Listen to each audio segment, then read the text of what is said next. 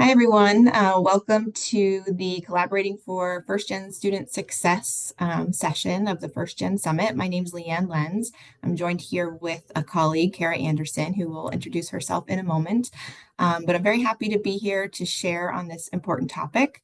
I work in student care and advocacy here at Penn State, and I am a First Gen student, so I have some experience there, as well as some experience working in the community and local nonprofits, providing similar support to community members as we do for students here at Penn State. And before we jump in, I wanted to give Kara a chance to introduce herself. Hello, everyone. My name is Kara Anderson, and I'm an assistant director at Student Care and Advocacy. I am also a first gen student.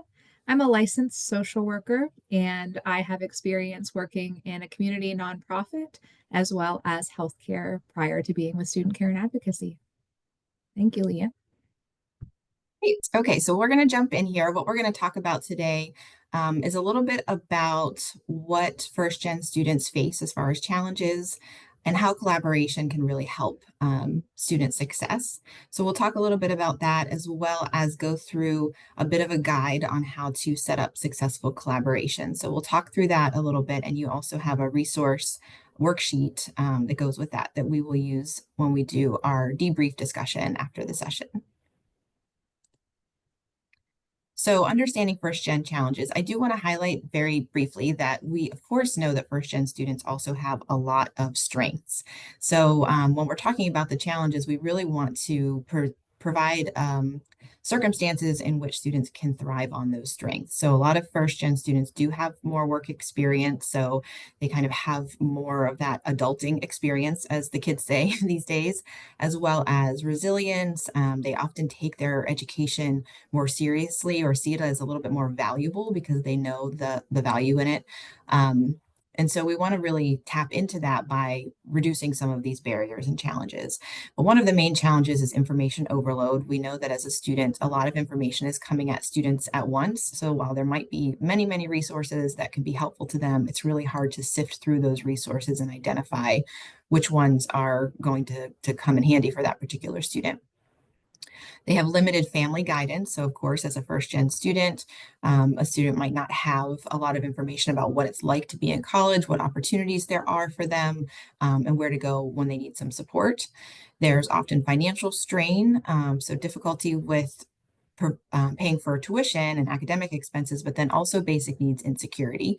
So you can see there's one table here from Pew Research Center that shows that a lot of students who are first gen have higher rates of basic needs insecurity pretty much across the board in any one of those different areas: food insecurity, housing insecurity, etc. We know that first gen students often are working more hours than their peers. So the other table from first gen NASPA shows that the median number of hours that first gen students work is about 20, whereas continuing generation or their peers would be 12 hours. So that 8-hour difference can make a significant difference in the amount of time students have to engage in academics, engage in other opportunities on campus, and provide for other needs that they have, and to support other areas of their academic efforts. It's also difficult navigating campus resources and bureaucracy. So I think a lot of us who work at universities can identify with that as well, that there's just a lot going on. There's a lot to navigate, especially at a larger institution, and that can be really overwhelming to students, particularly those who don't have as much experience or knowledge about the college career. So why collaboration matters?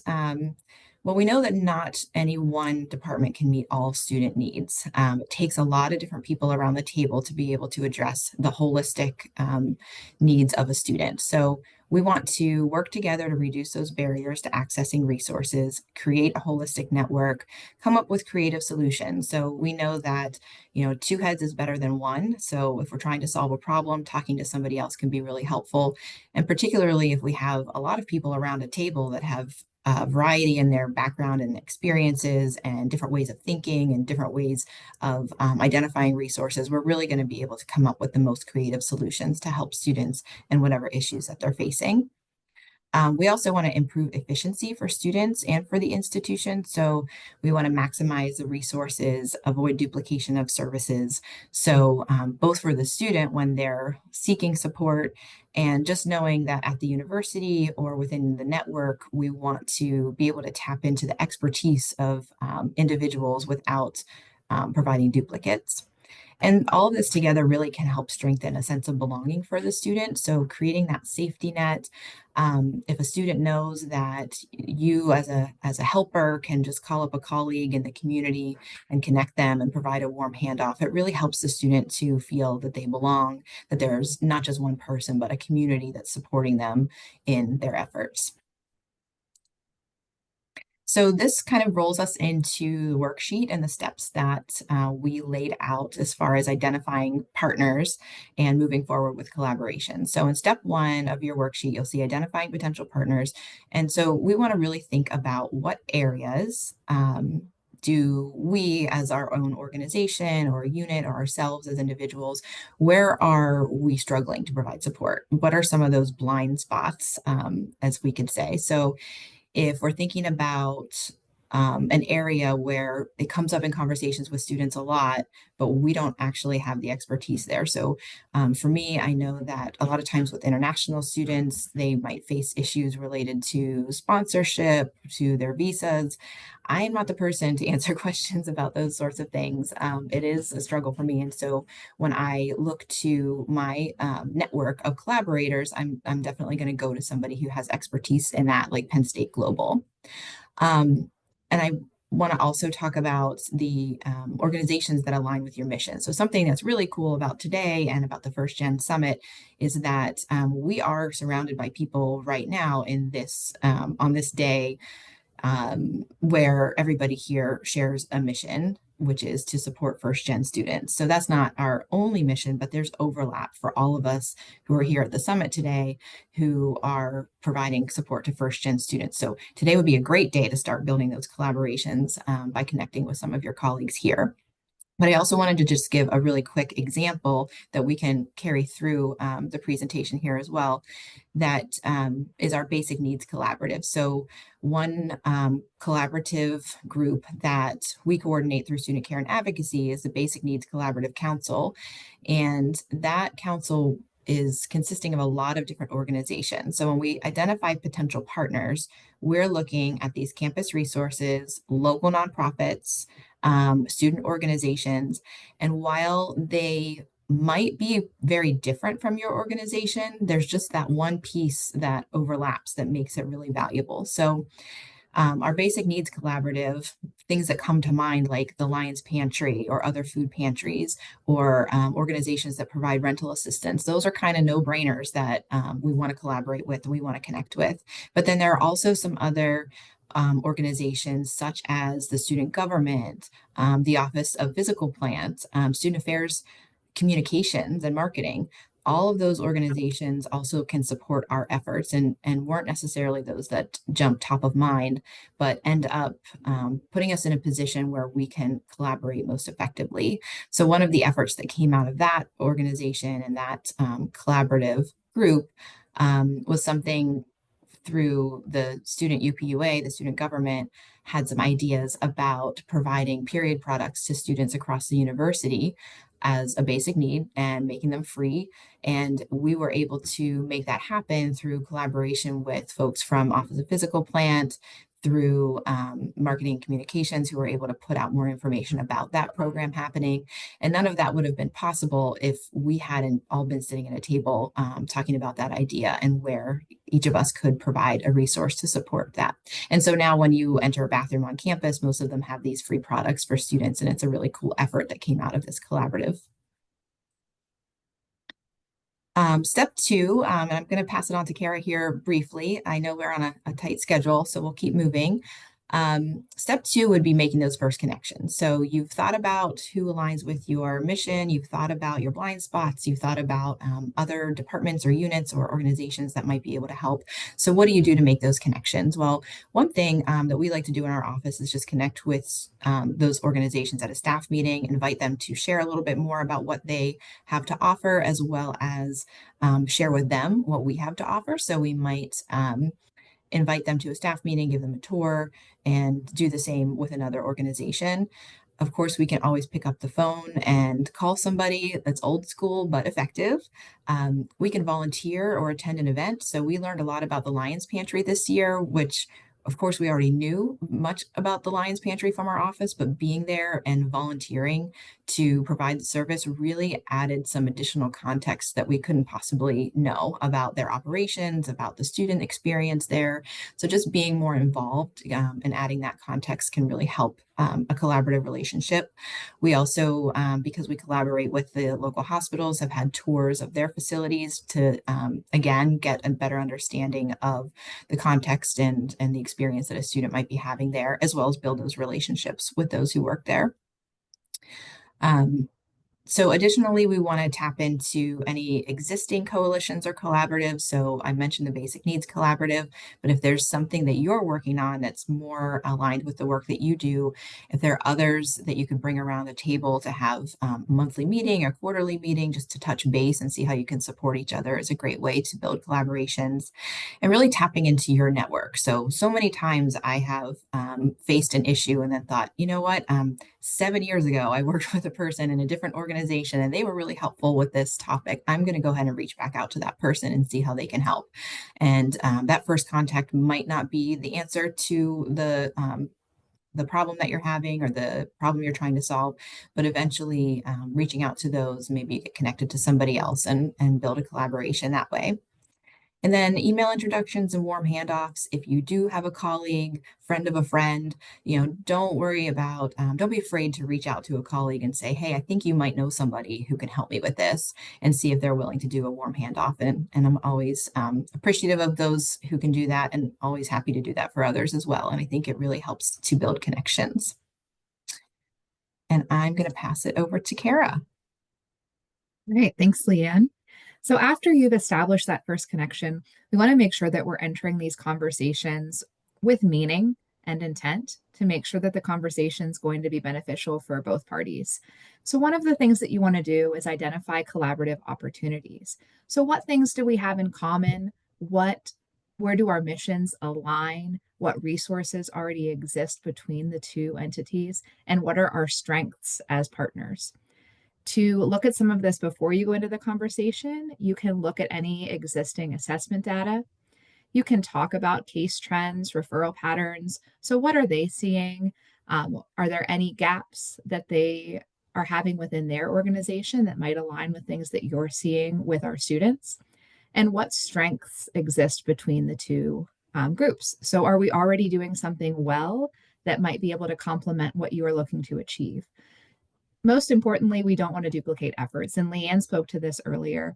It can be really easy to see an event that happened and wow, that looked great. And that looks like something that I want to bring back and do with my organization. But maybe the resources aren't there to make it happen. The partner organization might have already spent time problem solving, looking through the barriers that exist to make that event happen, and utilize their community resources to make the program successful. So, what can we learn from that community partner to potentially align with them and work together? So, how can we uplift each other instead of duplicating services? A great example of this, we noticed that a large barrier that our students had was access to laptops. So if the laptop had broken during the semester, perhaps there was, an unforeseen circumstance. We had a student who had experienced a house fire. There's various reasons where you might not have access to computers. And while there are resources on campus and computer labs, it can be difficult with bus schedules to be able to utilize that. So the library did have a program that existed where students were able to loan out a laptop for a week at a time. Our students oftentimes would need it for longer than a week. So Leanne was able to work with the library to establish a semester-long laptop program for students who are working directly with our office. So from the library, they're able to know that the student is receiving comprehensive case management. Someone is working with them to identify any other basic needs that may exist and getting them connected to resources. And we are able to get our students access to a laptop to alleviate that stress. As you continue to communicate with the organization, it's going to be crucial to build and continuously nurture those relationships. When you're first defining the relationship, you're going to want to clearly articulate your shared goals. The relationship should be mutually beneficial and help both of the partners reach that same objective. The goals might grow or change over that time, and that's okay. But just having those set of goals to kind of look back to can really help to mark success as you move through the relationship. You're going to want to be specific about any particular needs of students. The community partner might have a really successful program that's operating, and you have found that that need exists for our students and want to share that resource. The community partner might have envisioned that program to fully support community members and not necessarily consider the unique needs of students. So making sure that you're representing anything that would help the program be strong and provide support to everyone that will be utilizing the services. Start small and build trust. You don't have to come in with an innovative, giant idea to make a partnership successful. You can start with small little ideas, or maybe even just establishing a simple referral process. Build trust with that partner. And then, as you see how the relationship is forming, you might open the door for a larger project to be successful. Check in regularly with your partner, talk about how things are going. Are there any gaps? Are there anything that things that just aren't working? And check in about what's going well. What are the strengths of your relationship? And celebrate those successes. You're going to need to remain open to change because things are always moving. You need to adapt as new needs evolve. The program might change. You might identify new partners to bring in. You might realize that there is another community that you haven't considered providing this service to, and you need to grow and expand. So just be open to changes as they present themselves and use the previous suggestions to work through those changes and negotiations with your partner. Student Care and Advocacy has several partners that we work with. I just want to highlight a few of the relationships that we've built. We work with Mount Nittany Medical Center and Penn Highlands. If students have been admitted to the hospital, their staff provide information about student care and advocacy, and we can help the student with their transition from the hospital back to Penn State, whatever that might look like. So the student is getting additional support to help with that transition, to help navigate conversations with their faculty, to talk about options if they need to leave school. And the hospital has an understanding that that student is going to have someone who's checking in on them after they've been discharged. So what does the impact of collaboration look like for our first gen students? We've talked about this a lot: improved access to resources and support. Those resources and support can look like a lot of different things. Improved access to basic needs. So we've been able to expand our network to not only Penn State resources, but to those in the community. We've been able to strengthen our resources here within our Penn State community by having some of these important conversations.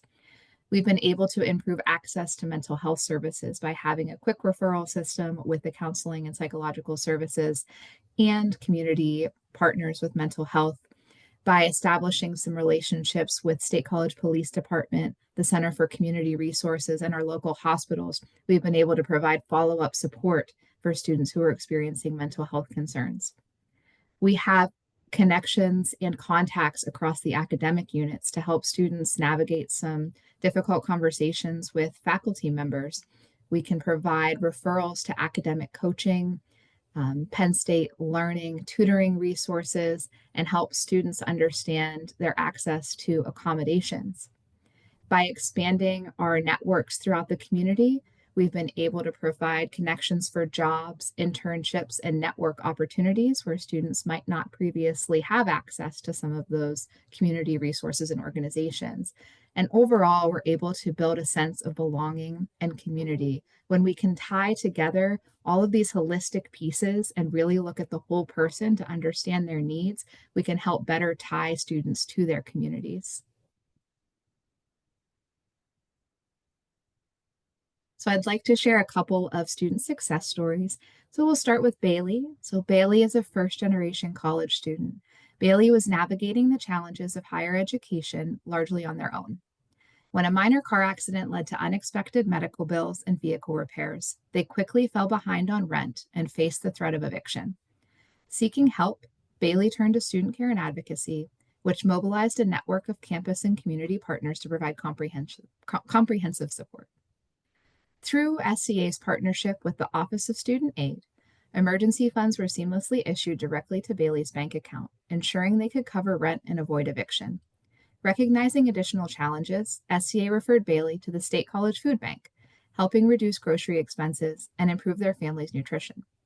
To promote long-term stability, SCA facilitated a warm handoff to the Financial and Life Skills Center, where Bailey worked with a financial coach to develop a personal emergency fund for the future.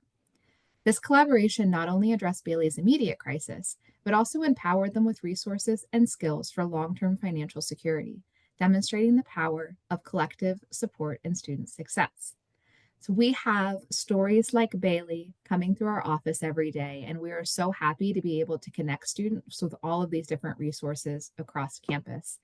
No one student is expected to know every resource that is out there, but by being able to pick up the phone and make a call, Bailey was able to get access to resources very quickly and the financial support they needed. So I'll also share about Ari, also a first gen student. Ari had been taught to prioritize academics and keep personal struggles private. One evening, State College police were called to assist Ari during a mental health crisis. During their conversation, officers mentioned several campus and community resources, including student care and advocacy, counseling and psychological services, and Center for Community Resources. After speaking with officers, Ari agreed to visit CCR for immediate assistance. CCR facilitated Ari's transfer to Mount Whitney Medical Center, where they received further evaluation. During their hospital stay, staff reinforced the idea that SCA could help Ari navigate their return to campus.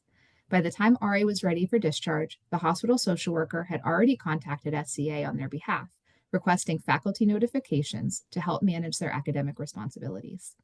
When Ari met with an SCA case manager, they shared they had been struggling silently, unsure of how to seek help due to cultural stigmas around mental health.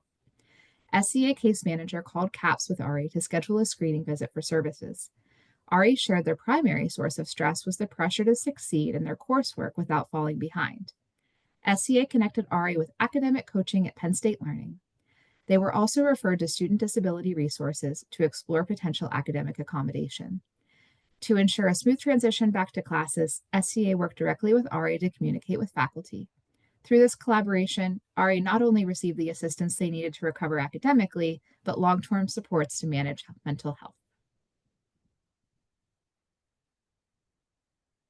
All right, so what are our actions? So Leanne mentioned in the beginning of the presentation that we've provided a worksheet to talk through. Most importantly, we want to remember that collaboration is the key to supporting first-gen students. No one can do it alone. Building strong partnerships ensure holistic support. So take a few moments and utilize this handout to identify any potential partners that might help meet your mission and goals, ways that you can communicate with those partners, and things to consider as you enter those conversations. But don't be afraid to make that first call. I think that that's all we have for you today. We look forward to discussing the steps that we talked through here in this presentation, and we are open to consulting and providing any sort of help that we can if you're thinking about making any collaborations. All right. Thanks, everybody.